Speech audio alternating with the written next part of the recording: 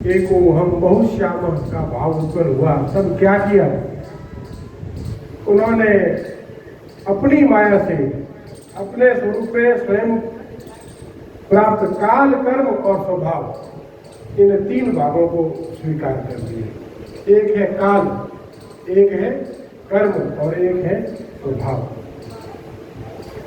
भगवान की शक्ति से ही काल ने तीनों गुणों को उत्पन्न किया और तीनों गुणों में क्षोभ उत्पन्न कर दिया। तीनों गुणों में क्षोभ उत्पन्न हो जाने से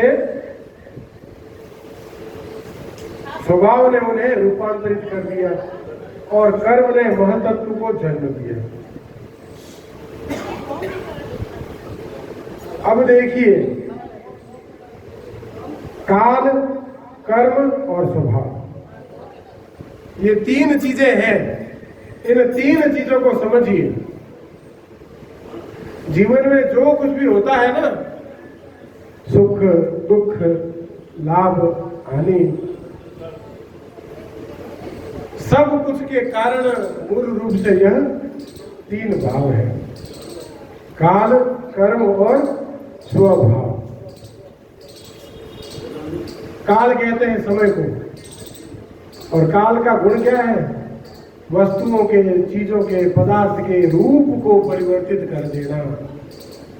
आज नन्हा सा बालक है, 60 साल बाद यह वृद्ध दिखाई देगा, और आज जो वृद्ध है यह 60 वर्ष पूर्व बालक थे। काल ने सबका रूप बदल दिया। दूसरा है कर्म। कर्म के अनुसार मनुष्य को फल प्राप्त होता है। आप जिस प्रकार का कर्म करेंगे वैसा आपका प्रारब्ध निर्मित होगा, और जैसा प्रारब्ध बनेगा वैसा ही आपको बाकी के रूप में वापस फल रूप में वह प्राप्त होगा। तो भैया कर्म करता क्यों है? किससे प्रेरित होकर व्यक्ति कर्म करता है? तो वह है स्वभाव। स्वभाव, स्व का भाव क्या है? व्यक्ति में अपने होने का भाव होता है, अहंकार की, मैं हूं, मैं, मेरा, मैं और मेरा। यह मैं और मेरे मन का भाव आ जाता है, तब व्यक्ति इस भाव के कारण, स्वयं के होने के भाव के कारण कर्मों का संपादन करने लगता है।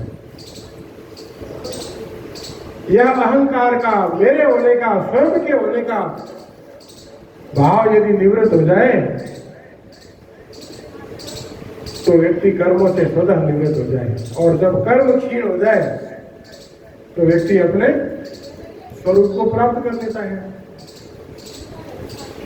यदा दृष्टु स्वरूपे अवस्थानम, जिसका दर्शन कर दृष्टा अपने स्वरूप में स्थित हो जाता है। स्वरूप क्या है?